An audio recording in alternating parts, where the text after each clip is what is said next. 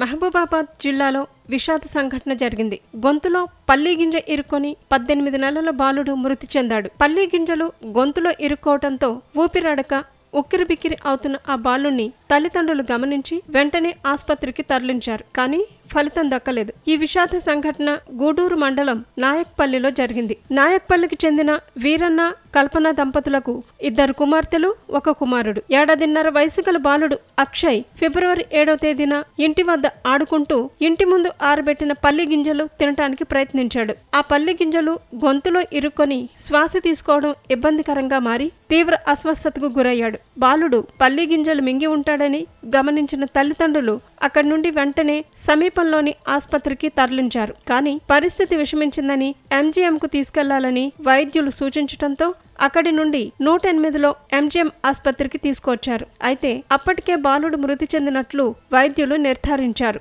అప్పటి వరకు ఆడుతూ పాడుతూ కళ్ల ముందు తిరిగిన చిన్నారి విగతజీవిగా మారటంతో తల్లిదండ్రులు, కుటుంబ సభ్యుల రోదనలు మిన్నంటాయి. స్థానికులను ఈ ఘటన కలచివేసింది.